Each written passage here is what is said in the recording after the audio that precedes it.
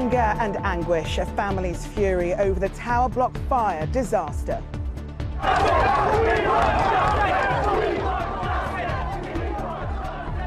Dozens of protesters stormed Kensington Council as police confirm the death toll is now at least 30. It's not just a life, it means something. They actually need to do something, they can't just be hiding. Theresa May faces protests too as she returns to West London, promising £5 million for the victims.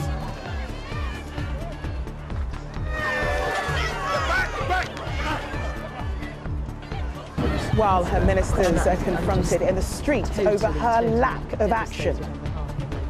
What would you like to say? At least she could have met the victims, at least. Corbyn's a good man, and he met them. I'm live in West London on another day of fast-moving developments here at Grenfell Tower. The Queen and Prince William meet survivors and thank the emergency services as firefighters finally reach the top of the burnt-out building in the search for the many still missing.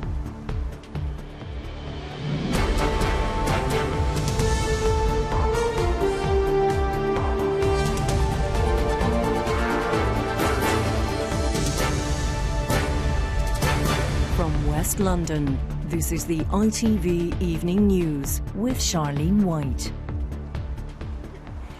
Good evening from West London, where anger boiled over today from locals frustrated by the lack of action over the Grenfell Tower fire. Holding images of those still missing, residents stormed Kensington Town Hall demanding answers. Protesters called for justice for those who died and help for those who've been made homeless. Tonight, as tensions rise and under pressure, Theresa May finally met survivors of the tragedy, flanked by a police guard. Before leaving, she promised £5 million to help those affected. Our political correspondent Paul Brand reports on the anger and the acrimony. If at first they felt powerless, tonight they won't be ignored anymore. Their anger directed at the council and delivered straight to its door. Some even got inside Kensington and Chelsea Town Hall to make sure their message was heard. Outside, they also lost control as hundreds of protesters demanded justice. I've never felt like this. I'm not shouting because I don't like the council. I can't even explain myself and I can't even talk. I'm really hurt inside. People from outside had to inform the people inside that they had to get out their own building. Exactly. That's sick. It's not just a life, it means something. They actually need to do something. They can't just be hiding. This evening, the Prime Minister had to make a sharp exit from a church near Grenfell Tower. Police had to hold back angry residents who'd gathered there too, as Theresa May promised £5 million to help the victims. She's gone. Earlier, she'd visited more survivors at a hospital. Why is it taking so long to come and see the victims, Prime Minister? There is frustration. She hadn't done any of this sooner. This morning, one of her cabinet bore the brunt of the anger as she visited the scene. Various ministers have been here, and I think a number have tried to come here more privately to try and talk to residents and to try and give practical support, and that I'm sure will continue. Why private?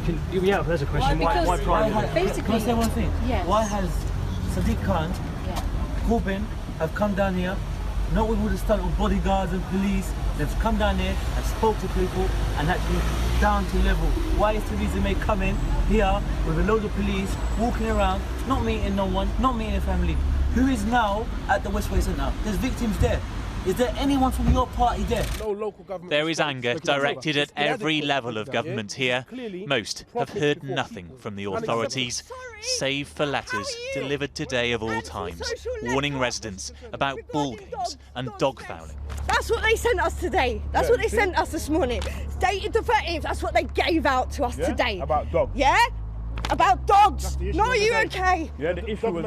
We still have people in that building. We have children in that building.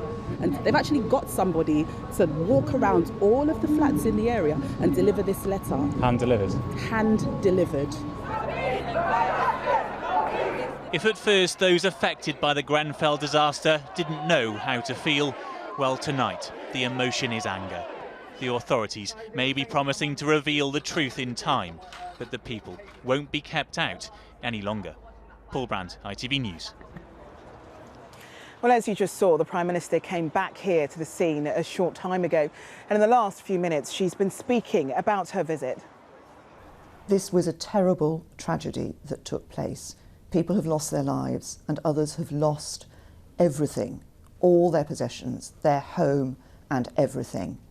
What we are doing is putting in place the support that will help them. But it is a terrible tragedy.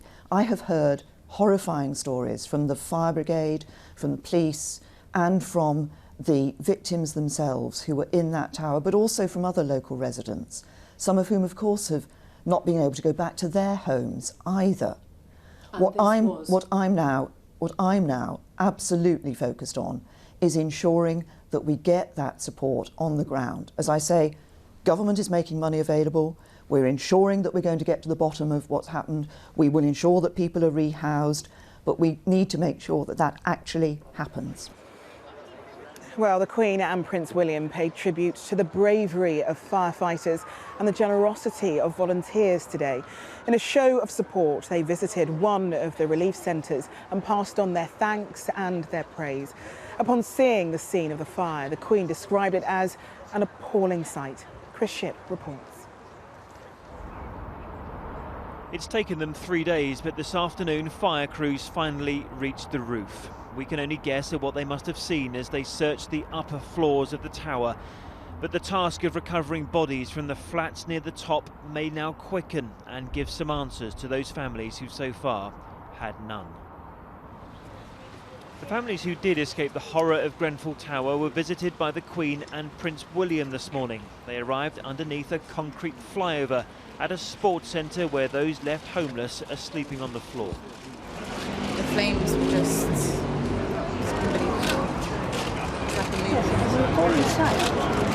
It's an appalling sight, she said, after hearing about the flames, but she has clearly noticed how this community has pulled together to help. I think it's come over very strongly. It's because the community's been to help. But this is a centre where many are still traumatised by what they saw on Wednesday. And that was something the Queen witnessed for herself. I'm sure. Those the Queen did meet here were touched by her visit. It's actually bringing tears to my eyes. To see her here, it shows that she is sincere and she truly cares. She looked at me directly in my eyes and I could see that she cares. It was that look of, like, everything's okay. She said it's so devastating, that's the word she said. And as she left, the Queen was given a round of applause. But those she did not meet, a small crowd had gathered nearby, started calling for the royal visitors to come over. One man held a picture of missing children.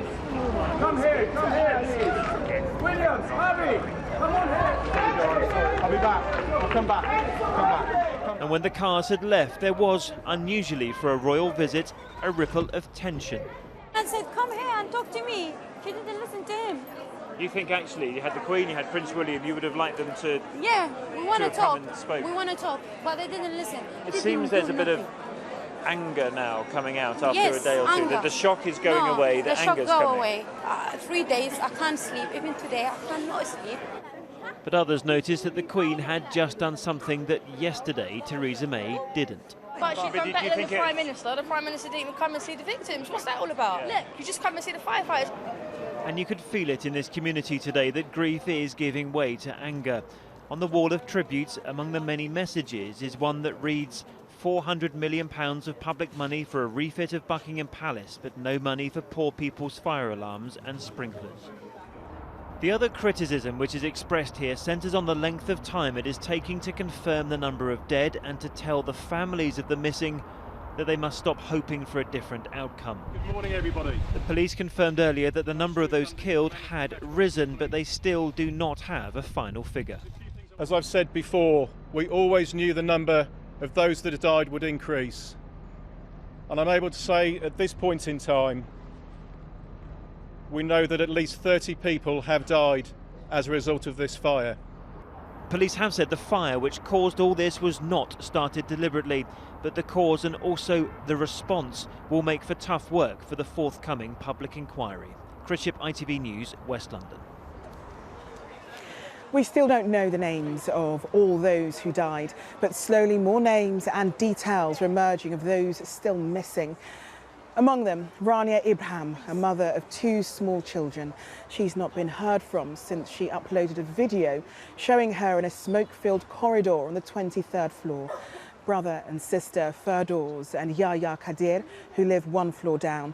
One unconfirmed report says she may have survived, but another brother and both their parents are also missing. Lower down lived another young mother, Farah Hamdan, with her husband Omar Belkadi and 6-month-old baby Lena, who's feared to be the youngest victim of the fire. Their 2 other children are still in hospital, 1 in a coma. Also missing, a Bangladeshi family of 5 from the 17th floor, including 22-year-old Hosna Begum Tanima, said to be due to marry next month. Well, more families had their worst fears confirmed today, with the death toll rising to at least 30. They include artist Khadija Say, who was a friend of the Tottenham MP David Lammy. But amid the heartache, more survivors described their dramatic escape from the flames, as Paul Davis reports. Khadija Say, a talented 24-year-old artist, and her mother Mary, who was believed to have been with her when the flames devoured their tower block home. They are the 2 latest victims to be identified, but there are many more as yet unnamed, and potentially many, many more whose bodies remain where fire crews can't as yet get to them. These are the faces of some of the missing. They are faces you'll see many times around Grenfell Tower. They appear with desperate appeals for information. 12-year-old Jessica Urbano is still missing. Her uncle came to the community wall after his latest unsuccessful tour of hospitals. It's her birthday next month. A very vibrant young girl who just had happiness in her heart. Just lived every day with joy. So yeah, she's just a lovely, sweet girl. While for some the dreadful wait goes on, others like Natasha Elcock relive the moment she saw fire crews outside her window and realised she was at the heart of the fire. I could see them, they're coming from all angles. I could hear the police kicking off doors downstairs. But then we started to see plastic and stuff falling down. And at that point I kind of walked into the passage. I went in the bathroom. Don't ask me why, I put plug in, run the bath. Natasha's flat was on the 11th floor, but by turning on all the taps she believes she won crucial minutes. My house was obviously like a swimming pool. I'm also conscious that my daughter's soaking wet because at this point I've got her laying on the floor. I'm laying on the floor with her and there's water absolutely everywhere in my flat. Natasha, her 6-year-old daughter Shayla and Natasha's boyfriend were helped down by fire crews, a journey through thick smoke and past others who didn't make it. I know who was on the stairs when I came down. I know what I saw. I know how I feel. I know. She says the look on the fire crews' faces is also something she'll never forget. We got out, but they just looked. I don't know. They were not defeated, but it's just like they were. It looked for me. Their faces to me like. They just couldn't believe what they're actually dealing with. She will always be grateful to those who risked their lives to help her. I can replace sofas and stuff. Facebook's got all my memories anyway, so, I can replace materialistic things, but my other 2 children who weren't in the house at the time can't replace their mum. My mum can't replace her daughter, my dad, my sisters, my family members, my godchildren, everybody, they can't, my friends, none of them can't replace me. So I'm glad and grateful, Natasha is grateful. She is a survivor. But like so many, she's also waiting for news of people she cares about. An uncle, old friends and neighbours who almost certainly were not as fortunate. Paul Davis, ITV News, West London. Still to come on the ITV Evening News. The latest on the investigation into Tuesday night's disaster and what role the cladding played. We'll have more details on that after this short break.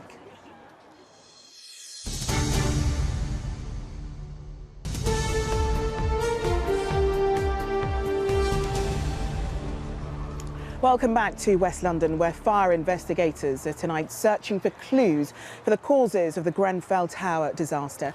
And it emerged today that the type of cladding used on the building was reportedly a cheaper type that is more flammable. Our consumer editor Chris Choi reports. No one knows was the official comment on what's been established about cause. In tower blocks around the country, worried residents were today being reassured, but government still does not know how many blocks have been refurbished or have cladding. And without that vital information, meaningful safety inspections can't get underway. Until we know the details, it's going to be very difficult to press forward on what needs to be done. Debris filmed today appears to show charred panels from the tower's exterior. Tonight we have new details of the cladding added to the block last year.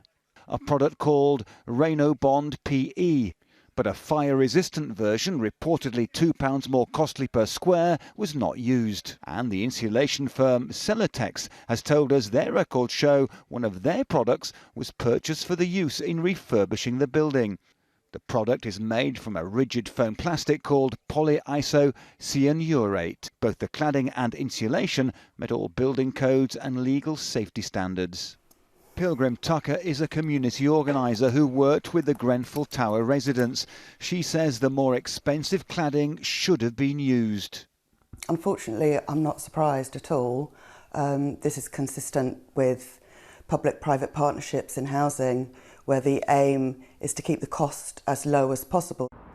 As crews continued on the scene today, the Fire Brigades Union has given us new analysis of service reductions. It shows a 26% drop in fire risk checks by the service across England in the last 5 years, and a 50% drop in London. We don't want to see any reduction in this sort of specialist inspection regime that we had in the fire service previously, with people with very specialist technical knowledge going out and being able to work out whether the risk assessment that's been done in a property is adequate. In this appalling wreckage, investigators are struggling to discover what happened here. They must also find out why it happened.